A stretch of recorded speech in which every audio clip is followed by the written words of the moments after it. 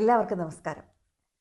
ഇപ്പോൾ കഴിഞ്ഞ ദിവസങ്ങളിലൊക്കെ ശ്രീരാമ ലക്ഷ്മണന്മാരുടെ ഭാവി ജീവിതം രൂപപ്പെടുത്തുന്നതിൽ വിശ്വാമിത്രന്റെ പങ്കിനെക്കുറിച്ച് വളരെ വിശദമായി തന്നെ ടീച്ചർ നമുക്ക് പറഞ്ഞു തന്നു, മനസ്സിലാക്കി തന്നു. അതുകൊണ്ട് തന്നെ വിശ്വാമിത്രന്റെ കഥ കേൾക്കാനും എല്ലാവർക്കും ആഗ്രഹമുണ്ടാകും. ഒരു ക്ഷത്രിയ കുലത്തിൽ ജനിച്ച വിശ്വാമിത്ര മഹർഷിയായതിൻ്റെ പിന്നിൽ ധാരാളം കഥയുണ്ടാവും. മാത്രമല്ല, വിശ്വാമിത്രനുമായി ബന്ധപ്പെട്ടാണ് കാമധേനു, വസിഷ്ഠൻ, ഇതെല്ലാം, ഈ കഥകളെല്ലാം അതുമായി ബന്ധപ്പെട്ട് കിടക്കുന്നതാണല്ലേ. അപ്പോൾ നമുക്ക് ഇന്നത്തെ അധ്യായത്തിൽ വിശ്വാമിത്രന്റെ കഥ പറയാം. ശരി എന്നാ. അതായത് ഇവര് ജനകരാജ്യത്തെത്തി, കൊട്ടാരത്തിലെത്തി.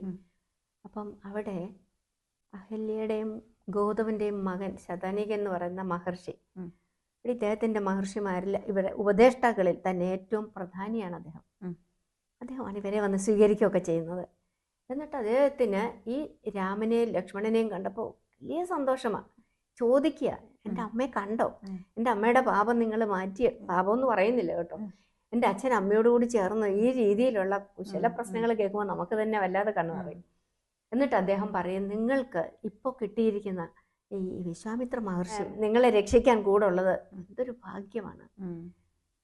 സംരക്ഷകനായി കൂടെ അത് തന്നെ, സംരക്ഷകനായി നിങ്ങൾക്ക് കിട്ടിയത് എന്തൊരു ഭാഗ്യമാണ്. എന്നിട്ട് ഈ ശതാനന്ദൻ ഈ വിശ്വാമിത്രനെ കുറിച്ച് ഇങ്ങനെ കഥകൾ പറയാണ് ഇവർക്ക് വേണ്ടിയിട്ട്.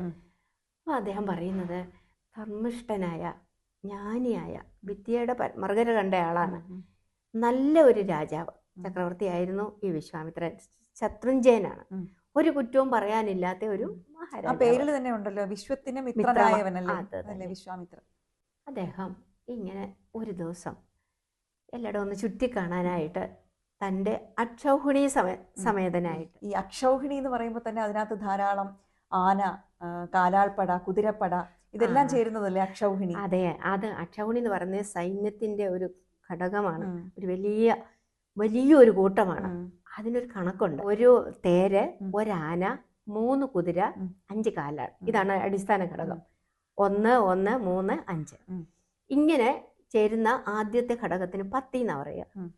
അങ്ങനെ 3 പത്തി ചേർന്നാല് ഒരു സേനാമുഖം, 3 സേനാമുഖം ഒരു ഗുൽമം, 3 ഗുൽമം ഒരു ഗണം, 3 ഗണം ഒരു പൃഥന, 3 പൃഥന ഒരു ചമു, 3 ചമു ഒരു അനേകിനി, 10 അനേകിനി ഒരു അക്ഷൗഹിണി. ഇങ്ങനെയാണ് അതിന്റെ കണക്ക്. അങ്ങനെ ധാരാളം അക്ഷൗഹിണികൾ ഒരു രാജാവ്. അതായത് 21,870 തേര, അത്രയും തന്നെ ആനയുണ്ട്. അതിന്റെ 3 ഇരട്ടി. അതായത് കാലാള് നമുക്ക് 5 എണ്ണം അല്ലേ, ഒരു 10ൽ 5 എണ്ണമാണ് അതിന്റെ ഗുണിതമാണ് വരുന്നത്. അപ്പം കാലാള് 1,09,530 അങ്ങനെ കണക്കുണ്ട്. ഇത്രയും സൈന്യവുമായിട്ടാണ് ഇദ്ദേഹം പോകുന്നത്. അങ്ങനെ സഞ്ചരിച്ച് വരിക മനോഹരമായൊരു സ്ഥലം കണ്ടു. ഒരു തപസ് ആശ്രമമാണ് അവിടെ, ബ്രഹ്മലോകം പോലെന്നാ പറയുന്നത്. അങ്ങനെ അവിടെ ചെല്ലുമ്പോൾ അത് വസിഷ്ഠന്റെ ആശ്രമമായിരുന്നു. അദ്ദേഹം കൂടി വന്നു, രാജാവാണ് വന്നിരിക്കുന്നത്. അവിടെ ചെന്ന് ഇവർക്ക് അങ്ങോട്ടും ഇങ്ങോട്ടും ചോദ്യം, ക്ഷത്രിയം അനാമയമാണോ ചോദിക്കണം, കുശലം ചോദിക്കണം. എന്നിട്ട് ഇദ്ദേഹം വേണ്ട വിധത്തിൽ ആചാര ഉപചാരങ്ങളോടുകൂടി അദ്ദേഹത്തിനെ സ്വീകരിച്ചു, ഫലമൂലങ്ങളൊക്കെ നൽകി. വിശ്വാമിത്രൻ വളരെ സന്തോഷത്തോടെ പടയെ മുഴുവനും സൽക്കരിച്ചു, എല്ലാവർക്കും കൊടുത്തു. എന്നിട്ട് ഈ വസിഷ്ഠൻ അപ്പൊ എന്തോ ഒരു പോരായ്മ, ഇതെല്ലാം വിശന്നൊക്കെ വരികയാണല്ലോ, അതുകൊണ്ട് ഞാൻ എൻ്റെ സൽക്കാരം സ്വീകരിച്ചിട്ട് പോകണം എന്ന് അഭ്യർത്ഥിച്ചു. ഞങ്ങൾ നന്നായിട്ട് ഞങ്ങളെ സത്കരിച്ചു, ഇത് മതി, ഞങ്ങൾ പോവാം.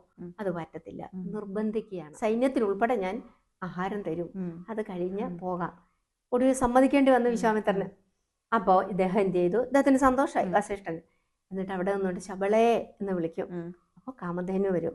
എന്നിട്ട് പറയും, രാജാവിന് സൈന്യസമേതമായിട്ട് ഉള്ള രാജാവിന് നീ ഭക്ഷണം കൊടുക്കണം. അത് ഭക്ഷ്യം ഉണ്ടാവണം, ഭക്ഷിക്കുന്ന ഭക്ഷ്യം, പേയം, ലേഹ്യം, ചോഷ്യം. ലേഹ്യം നക്കി തിന്നാനുള്ളത്, ചോഷ്യം എന്ന് പറഞ്ഞാൽ വലിച്ചു കുടിക്കുന്നത്. ഇത്രയും സാധനങ്ങൾ ഉണ്ടാവണം. ചുരുക്കി പറഞ്ഞ ഒരു സദ്യ ഉണ്ടാവണം. അപ്പോൾ ഉടൻ തന്നെ ഇവിടെ നിരക്കുകയാണ്. ഞാൻ ഓർക്കും, ഇപ്പൊ നമ്മൾ ചെയ്യുന്ന മാതിരി ഒരു ആദ്യം കുടിക്കാൻ കൊടുക്കുമല്ലോ വരുന്ന, അത് കരിമ്പിൻചാറ്, അത് കഴിഞ്ഞ് സ്റ്റാർട്ടർ എന്ന് പറഞ്ഞാൽ നമ്മൾ ചെയ്തില്ലേ, അത് മലർ പൊരിച്ചെടുത്ത അങ്ങനത്തെ കുറിക്കാനുള്ളത്, അത് കഴിഞ്ഞ് ചോർ കൂമ്പാരങ്ങള്, തൈർ തൊട്ടികള്, ഇഷ്ടം പോലെ സാധനങ്ങള്, ഇങ്ങനെ ഏറ്റവും ഒടുവിൽ ഈ മധുര പലഹാരങ്ങള്, ഇതെല്ലാം കൂടെ ചേർന്ന ഒന്നാം തര ഭക്ഷണം ഒരുക്കി ഇഷ്ടം പോലെ സൈന്യങ്ങൾ കഴിച്ചു, ഉം. കുടിച്ചു, രസിച്ചു. ഉം. ഇതെല്ലാം കഴിഞ്ഞു. പക്ഷേ സൈന്യം എന്ന് പറയുമ്പോ ഈ അക്ഷൗഹിണി അക്ഷൗഹിണി പട മുഴുവനും മുഴുവനും ഇത് കഴിച്ചു. ഉം. അവർക്ക് എല്ലാം സന്തോഷമായി. ഉം. കാരണം എത്രയോ നാളുകൂടെ ഇതുപോലെ അതെ. യാത്രയല്ലേ. ഉം. അപ്പൊ ഇത്രയും കഴിഞ്ഞപ്പോഴാണ് ഉം. പിന്നെ അതെ, പ്രശ്നമാവുന്നത്. സ്വാഭാവികമായിട്ടും ആർക്കും ആ. ഉണ്ടാവുന്ന സംശയം അല്ലേ, ആ, ഒരു മഹർഷിയുടെ വീട്ടിൽ അല്ലെങ്കിൽ അദ്ദേഹത്തിൽ നിന്ന് ഇത്രയും അക്ഷൗഹിണി പടയ്ക്ക് വേണ്ട കിട്ടി. ആഹാരം എങ്ങനെ വന്നു എന്നുള്ള സ്വാഭാവികമായ സംശയം. കാമധേനുവാണ് അതിന് ആ. കാരണം. അപ്പം ഇദ്ദേഹം, അതായത് രാജ്യത്തെ ഏറ്റവും വിലപ്പെട്ടതെല്ലാം രാജാവിനുള്ളതാണ്. അതെ. അതുകൊണ്ട് അങ്ങനെയാണ് വയ്പ്. നിയമം. അപ്പൊ രാജാവ് കാമധേനുവിനെ ചോദിക്കുന്നു, ഞാൻ ഇഷ്ടം പോലെ ലക്ഷക്കണക്കിന് പശുക്കളെ തരാം, എനിക്കിതിനെ തരാമോ? ഉടനെ പറഞ്ഞു, ലക്ഷക്കണക്കിന് നല്ല, പിന്നെ ഇങ്ങനെ കൂട്ടുക, വെള്ളിക്കുന്ന് തരാമെന്ന് പറഞ്ഞാലും ഞാൻ ഇതിനെ തരത്തില്ല. അതെന്റെ ഹവ്യവും പിതൃക്കൾക്കുള്ളതും പിന്നെ ദേവന്മാർക്കുള്ളതുമായ ഹവ്യവും കവ്യവും അവളാണ്, എൻ്റെ എല്ലാമാണ് അവൾ. ഞാൻ എന്ത് തന്നാലും ഇപ്പൊ പിന്നെ ഇദ്ദേഹം ഇങ്ങനെ കൂട്ടുകയാണെങ്കിൽ ഞാൻ സ്വർണത്തിന്റെ ഇത് തരാം, അത് തരാം, എന്ത് തന്നാലും ഞാൻ തരില്ല എന്ന് തീർത്ത് പറയും. പിന്നെ എന്താ ചെയ്യാൻ പറ്റുന്നേ? പിടിച്ചോണ്ട് പോവാ. ഇവരോട് പറഞ്ഞ സൈന്യം ഈ കാമധേനുവിനെ വലിച്ച് ഇഴച്ചു കൊണ്ടുപോയി. ഈ കാമധേനു, അങ്ങ് എന്താണ് എന്നെ കൈവിടുന്നത് എന്ന് പറഞ്ഞ് ഇങ്ങനെ തിരിഞ്ഞു നോക്കി കരയുക. അദ്ദേഹം പറഞ്ഞു, ഞാൻ ഇത് കൈവിട്ടതല്ല, ഞാൻ നിന്നെ ഉപേക്ഷിച്ചതല്ല. അദ്ദേഹം രാജാവാണ്, അദ്ദേഹത്തിന് അധികാരമുണ്ട്, അക്ഷൗഹിണിയുണ്ട്, അതുകൊണ്ട് എനിക്ക് ഒന്നും ചെയ്യാൻ പറ്റത്തില്ല. അപ്പൊ പറയും, ക്ഷത്രബലം ബലമല്ല, ബ്രഹ്മബലമാണ് ബലം. അങ്ങയുടെ ബ്രഹ്മബലത്തിന് മുമ്പിൽ ഇതൊക്കെ നിസ്സാരമാണ്. അങ്ങ് അനുവദിച്ചാൽ അങ്ങയിൽ നിന്ന് ഞാൻ നേടിയിട്ടുള്ള ബ്രഹ്മബലം കൊണ്ട് ഞാൻ ഇപ്പം ഇദ്ദേഹത്തിന്റെ ദർപ്പം അടക്കി തരാം എന്ന് പറയുമ്പോൾ അങ്ങനെ ആയിക്കോട്ടെ എന്ന് അനുവാദം കൊടുക്കും. അതായത് അങ്ങയുടെ കൂടെ നടന്ന ബ്രഹ്മബലമാണ് എനിക്കുള്ളത്. ഇതങ്ങോട്ട് കേൾക്കുകയും ഇവളുടെ ശരീരത്തു നിന്നും പലതരത്തിലുള്ള സൈന്യങ്ങൾ ഉണ്ടാവുക, ഇഷ്ടം പോലെ 100 കണക്കിന്. ഈ അക്ഷൗഹിണിയെ വെല്ലാൻ തക്കോണം ഭയങ്കര യുദ്ധം നടന്നു. യുദ്ധത്തിന്റെ അവസാനം ഈ വിശ്വാമിത്രന്റെ മക്കൾ വരും, 100 പേര്. അവരെ ഹൂങ്കാരം കൊണ്ട് ഈ വസിഷ്ഠ മഹർഷി അവരെ 100നെ ഇല്ലാതാക്കും. ഇത്രയായപ്പം വിശ്വാമിത്രൻ ക്ഷീണിച്ചു, തല താഴ്ത്തി, അഹങ്കാരം കുറഞ്ഞു. അദ്ദേഹം രാജ്യം വേണ്ടെന്ന് വെച്ചിട്ട്, അതോടൊപ്പം അപമാനവും എല്ലാമായില്ലേ, വേണ്ടാന്ന് വെച്ച് പിന്നെ മഹേശ്വരനെ തപസ് ചെയ്യാനായിട്ട് പോയി. തപസ് ചെയ്തു, പ്രത്യക്ഷപ്പെട്ടു. വരം ചോദിക്കുന്നത്, എനിക്ക് ഈ ബലം മുഴുവൻ, ആയുധബലം മുഴുവൻ എനിക്ക് സ്വാധീനമാകണം, ഒപ്പം തന്നെ എല്ലാ ആയുധങ്ങളും എന്നിൽ പ്രതിഭാസിക്കണം എന്നൊരു വരം കിട്ടി. തഥാസ്തു, അങ്ങനെ ആവട്ടെ എന്ന് പറഞ്ഞു. ആ വേദമുണ്ടല്ലോ, അത് മുഴുവൻ ഇദ്ദേഹത്തിന് ഹൃദയസ്ഥമായി. അതുകൊണ്ടാണ് അമ്പുകളുടെ പിതാവെന്ന് പറയുന്നത്.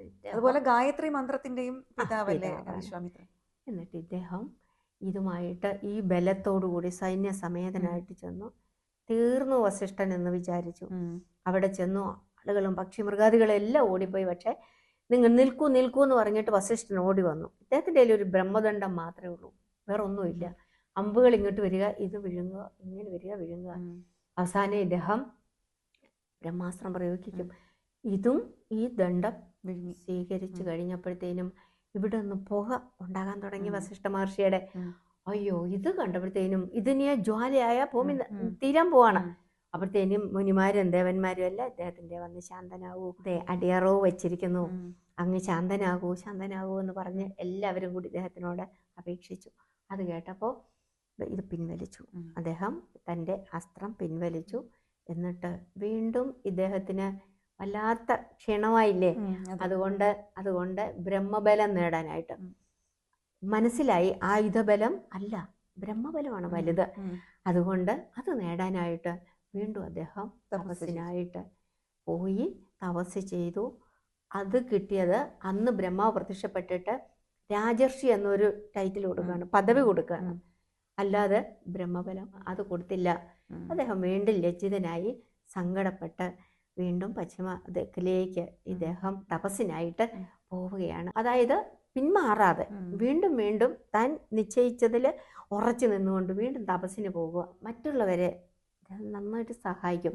തന്നെ ആശ്രയിക്കുന്ന ഒരാളെയും അദ്ദേഹം വെറുതെ വിടില്ല. ശരണാഗതനാണ് അദ്ദേഹം. അതിനൊരു ഉദാഹരണമാണല്ലോ ത്രിശങ്കു. ത്രിശങ്കുവിനെ ഉടലോടെ സ്വർഗത്തയക്കാന് ഇദ്ദേഹം ചെയ്തത് നമുക്കറിയാവുന്ന കാര്യമല്ല. അവിടെയും വസിഷ്ഠനുമായുള്ള ഒരു മാത്സര്യത്തിന്റെ കഥയും കൂടി അതിന്റെ പുറകിലുണ്ട്. തീർച്ചയായിട്ടും ഉണ്ട്. നമുക്ക് ത്രിശങ്കുവിന്റെ കഥ നാളെ പറഞ്ഞാലോ? അങ്ങനെ ആയിക്കോട്ടെ.